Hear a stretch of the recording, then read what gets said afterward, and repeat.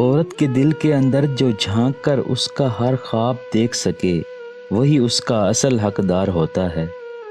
ہمارا معاشرہ ایک عورت کو کوٹھا چلانے کی اجازت دیتا ہے مگر تانگا چلانے کی نہیں۔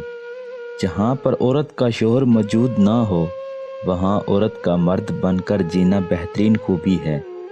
ذلت اور رسوائی کے بعد بھی اگر کسی کو محبت میں قائم دیکھا تو عورت کو دیکھا۔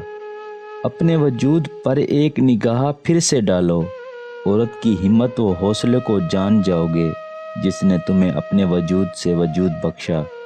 جس طرح مردوں کو با حیا عورتیں اچھی لگتی ہیں اسی طرح عورتوں کو بھی با کردار مرد ہی اچھے لگتے ہیں۔ ایک بری عورت بے شمار مردوں کو گمراہ کر سکتی ہے لیکن بے شمار مرد ایک نیک عورت کو گمراہ نہیں کر سکتے۔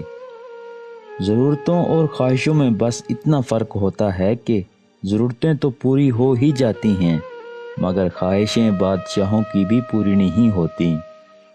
مرد عورت پر اس وقت پابندی لگاتا ہے جب وہ خود کو کمزور سمجھتا ہے۔ جس مرد میں یہ تین چیزیں اچھی ہوں تو عورت اس مرد کو بہت پسند کرتی ہے اور اس سے شدید عشق کرنے لگ جاتی ہے۔ اس کا لہجہ، اس کا کردار، اس کا اخلاق